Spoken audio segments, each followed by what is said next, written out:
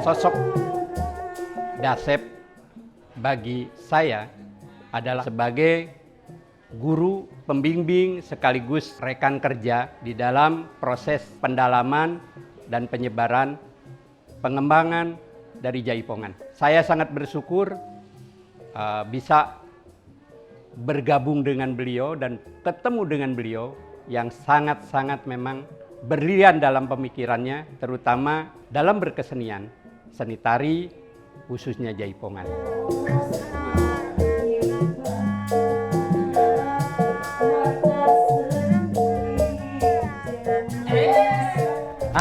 Para anak muda nih, dulu saya belajar di Kang Dasep itu pola dasar Jaipongan. Jadi dasarnya dulu saya diajarin polanya, akarnya itu diajarin. Nah, buat anak muda yang pengen melestarikan budaya bangsa, apalagi Jaipong itu harus tahu dasarnya dulu, polanya dulu, akarnya dulu.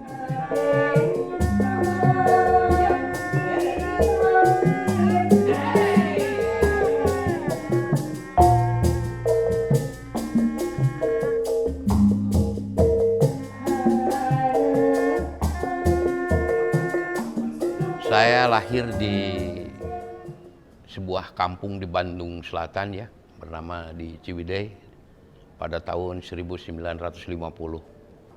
Dari sejak kecil, saya lain dengan saudara-saudara saya yang lain. Dari 4 bersaudara itu, cuman saya dari kecil sudah senang terhadap kesenian. Dan kelas 4 SD itu secara kebetulan, bibi saya itu seorang juru kawil, seorang pesinden ya. Dan saya sering mengikuti kemana aja dia panggung, pasti saya ngikut. Jadi saya sejak kecil itu sudah kenal dengan saron, dengan gambang, dengan gong, dengan gendang. Setelah selesai dari SR, kalau zaman saya dulu, saya SMP ke Bandung. Nah, barulah mengenal di situ, mempelajari kesenian-kesenian yang hidup dan berkembang di Bandung waktu itu. Belajar angklung, belajar tari, dan belajar pencak, seni pencak. Setelah itu pengalaman berkesenian lebih bertambah lagi setelah saya berada di sekolah guru. Kebetulan waktu itu perpindahan dari SGB ke SPG lah. Jadi saya di sekolah pendidikan guru dulu di Bandung. Nah di situ baru mengikuti grup-grup kesenian yang ada di Bandung. Ya. Nah setelah saya dewasa, saya di Bandung berkiprah di, kebetulan waktu itu di Bandung grup kesenian itu tidak banyak. Hanya ada beberapa grup. Hanya minimal ada Lingga Binangkit, dulu ada Guriang, ada Ayang-Ayanggung, ada Ganda Mekar, ada Gapura dan lain sebagainya. Nah, kebetulan saya ditarik oleh Gapura waktu itu di sekitar tahun 67 lah. Saya ditarik oleh grupnya Gapura. Disitulah saya belajar berkesenian dari panggung ke panggung yang cukup besar waktu itu. Nah setelah di Gapura, kebetulan waktu itu ketika gubernurnya di Jawa Barat zamannya Bapak Solihin, kesenian daerah ini sangat digalakkan. Saya ditarik oleh salah satu tokoh seniman di Jawa Barat, kalau tidak lupa namanya Pak Pepe. Saya ditarik ke perkebunan. Jadi ke perkebunan Rancasuni waktu itu. Saya aktif di perkebunan waktu itu. Aktif di perkebunan sampai tahun 1970. Nah, ketika di perkebunan mengembangkan kesenian tradisional, di situ ada calung, ada gondang, ada ogel dan lain sebagainya. Dan sampai selama mengikuti Pasanggiri waktu itu, ya alhamdulillah yang namanya juara se-Jawa Barat itu, calung dengan gondang itu tidak pernah ke tangan orang lain. Jadi selalu saya menjadi juara dari perkebunan itu. Nah setelah itu tahun 72 saya ditarik ke grupnya Pusaka Gapura. Waktu itu dengan Pak Rahmat Sam. Nah dari situ banyak pengalaman-pengalaman atau ilmu-ilmu yang saya dapat. di Gapura itu karena di dalamnya itu terdiri dari seniman-seniman yang ya cukup tangguh lah pada saat itu. Tahun 74 saya ditawari oleh kakak saya, Bapak Rahmat lah, suruh ke Jakarta. Gitu. Karena kalau dia bilangnya kamu harus ke Jakarta, akan lebih punya pengalaman yang lebih berharga lah berkesenian di Jakarta gitu. Ya untuk saat itu saya mengikuti apa yang dia sampaikan, padahal saya sendiri waktu itu sudah jadi guru, sudah ngajar. Itu semuanya saya tinggalkan. Ya 74 saya ke Jakarta. Di Jakarta itu bisa dibayangkan bagaimana tahun 74 di Cipinang Muara. Saya di situ tinggal di Cipinang Muara. Datang ke sana tuh ya Cipinang Muara tahun 74 ya masih hutan belantara gitu. Nah, ketika di Jakarta pada tahun 74 kebetulan Pak Rahmat Ruhyat waktu itu sedang mengadakan penelitian dan pendokumentasian kesenian Betawi waktu itu. Saya ikut beliau, membantu beliau lah tentang pendokumentasian kesenian Betawi. Karena itu tugas langsung dari gubernur, dari Pak Ali Sadikin. Itu bahwa kesenian Betawi harus betul-betul ditertibkan artinya. Melalui Dinas Kebudayaan lah ikut beliau, selanjutnya saya aktivitas di Jakarta. Ya selama di Jakarta membawa pengalaman dari Bandung. Artinya saat itu menyelenggarakan pasanggiri kesenian Sunda. Ada rampak sekar, pasanggiri calung, pasanggiri degung dan lain sebagainya. Kebetulan difasilitasi oleh Dinas Kebudayaan dan bertempat di PPK waktu itu. Di Pusat Pengembangan Kesenian. Setelah saya aktif di Jakarta, ya mendapat panggilan dari Bandung, dari Pak Gugum, karena punya garapan. Waktu itu apa yang akan digarap oleh Pak Gugum itu belum dikasih nama apa, hanya kebetulan beliau dengan saya punya pengalaman ngabajidor, istilahnya. Ngabajidor ke sana ke sini. Dan ya dari situlah awalnya. Sehingga lahirlah sebuah tarian. Kebetulan waktu itu tarian Ketuk Tilu Perkembangan. Ketuk Tilu Perkembangan di Kota Madia Bandung. Setelah itu ada undangan festival ke Hong Kong. Wah ini bingung, apa sih namanya? Nah, gitu. Kebetulan saya waktu itu nonton sama almarhum ini Topeng Banyet dari Kerawang. Nah lahirnya nama Jaipongan itu terinspirasi oleh bodoran-bodoran Topeng Banyet itu. Mundur, maju, Jaipong. Ah, Pak Gugum saat itu terinspirasi dengan banyolan itu. Udah ini aja namanya, Jaipong. Nah, itu. Saya malah waktu itu tidak setuju namanya Jaipong. Jangan. Takutnya disangkanya niru-niru ke Jakarta karena di Jakarta sudah ada Yapong waktu itu. Tapi karena mendesak harus berangkat keluar pakai judul apa? Itu. Ya udahlah. Nah dari situ lahir ada Jaipong.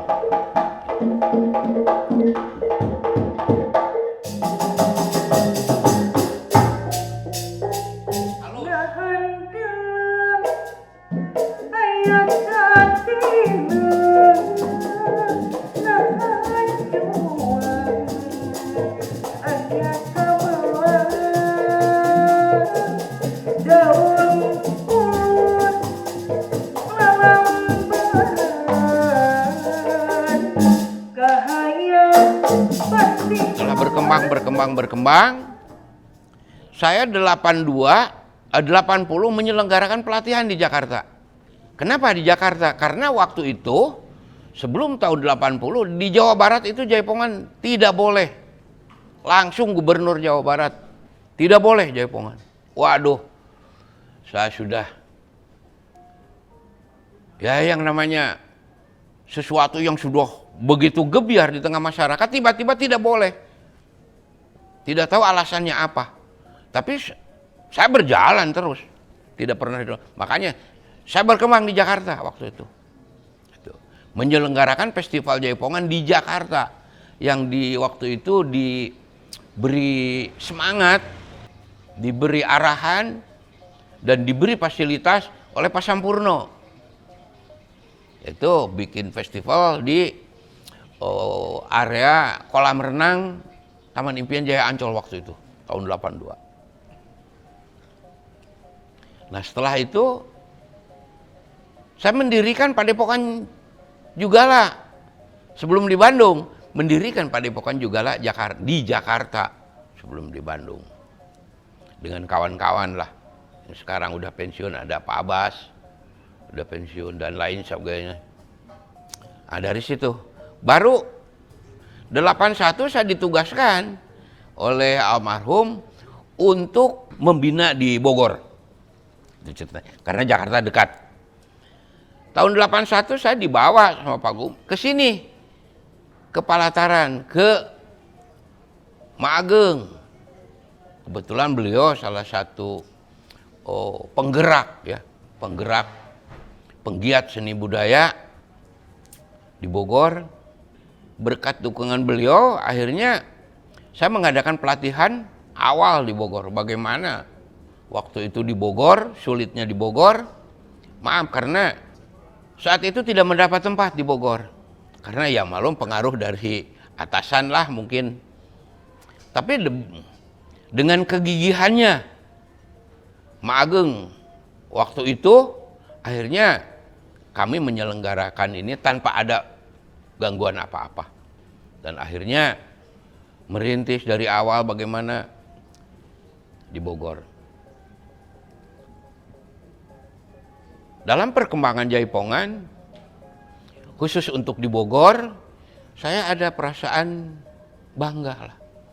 Perasaan bangga dengan perkembangan menjamurnya sanggar-sanggar tari Jaipongan di Bogor sekarang. Ya alhamdulillah lah. Artinya bekat perjuangan saya dengan Maageng di Bogor ini tidak sia-sia. Berlanjut di Jakarta juga berkembang dengan baik. Pertama kali saya membuat padepokan di Gedung Juang, di Menteng, di Gedung Juang. Setelah itu berkat rekomendasi dari Pak Sampurno juga, saya berlatih di pusat latihan di Anjungan, Jawa Barat. Tuh.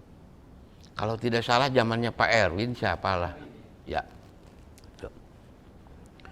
Dan di situ pelatihan Jaipongan begitu semarak di Jakarta. Jadi pelakunya, pesertanya bukan hanya orang Sunda, semua. Baik dari Bali, dari Jawa, semua. Dan akhirnya sampai saya ditarik ke Cendana. Mengajar Ibu Tutut dan kawan-kawan lah. Dengan artis-artis yang lainnya. Berakhir pada peresmian Yayasan Gotong Royong Kemanusiaan di Istana Bogor. Nah waktu itu Mbak Tutut menari satu tarian, lelang satu tarian, kalau nggak salah, mendapat uang itu 1,3 miliar.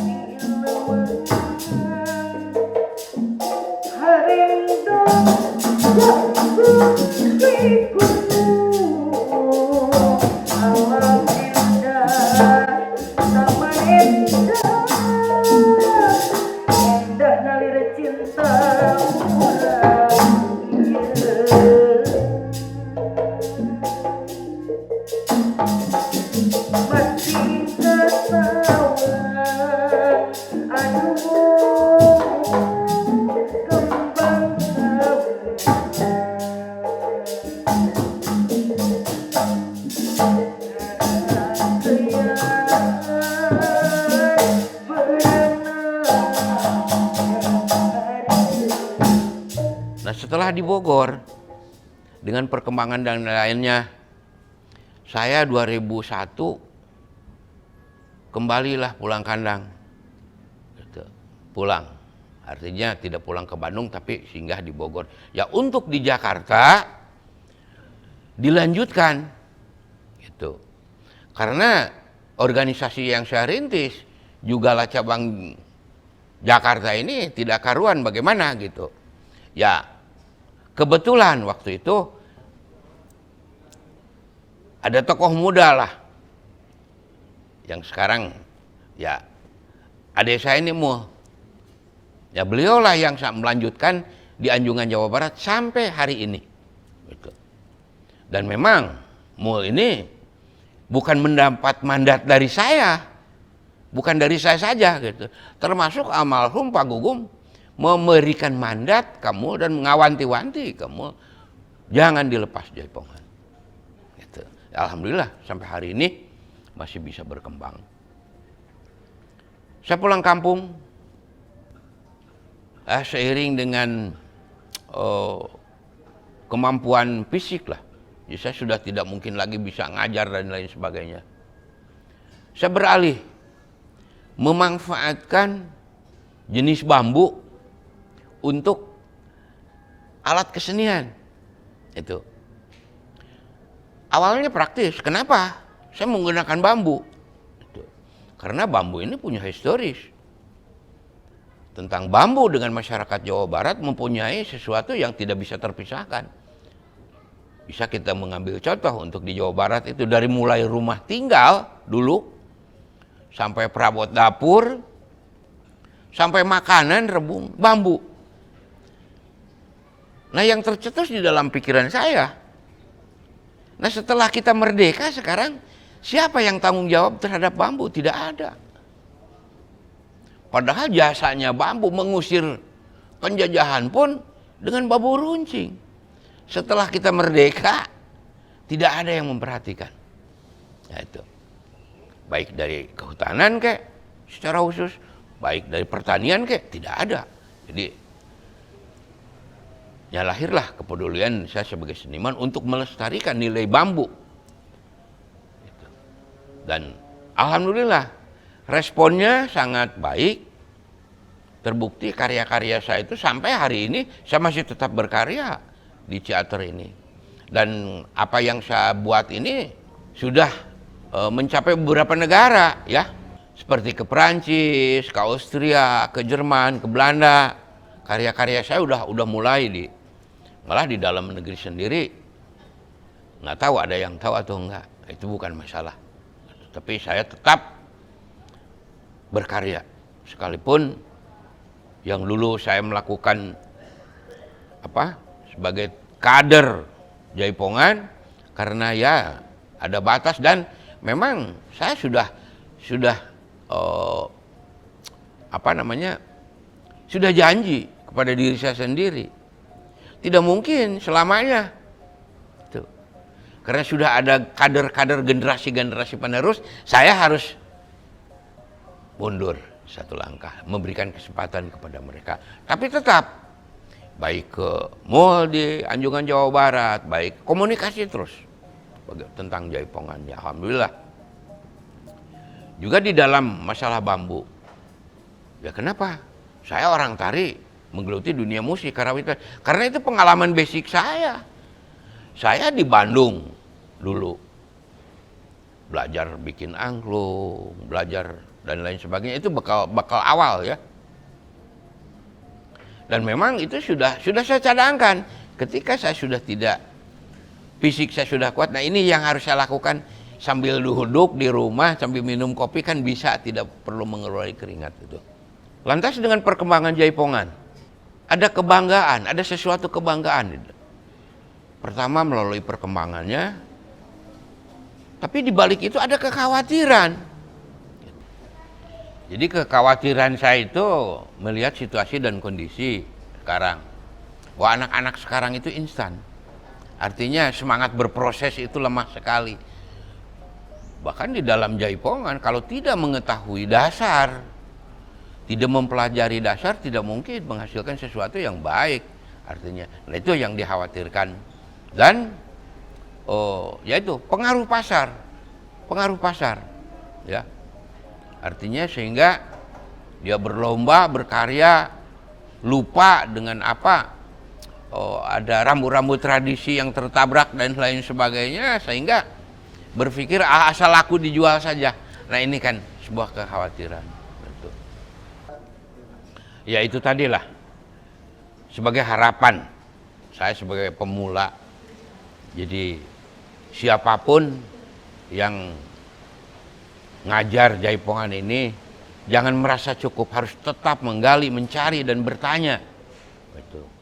Terus harapan selanjutnya terutama kepada pemerintah ya, sebagai pembina. Jadi betul-betul memperhatikan, mengarahkan agar seni budaya ini tetap punya nilai yang tinggi. Dan harapan lagi bahwa Jaipongan ini selain daripada kesenian, kita sudah tidak sadar bahwa Jaipongan sekarang sudah bergeser nilainya dari sosial ke ekonomi. Nah ini yang harus hati-hati dan yang sangat menguntungkan untuk kita. Jadi akan lebih baik ketika kita ini melakukan sesuatu itu tidak asal-asalan lah. Artinya itu yang disebut komitmen sebagai penggarap. Gitu. Dan sekalipun bagaimana tetap kita tidak melupakan sejarah. Gitu. Karena Jaipongan tidak berdiri serta-merta, ada penggagas dan ada pencipta. Gitu.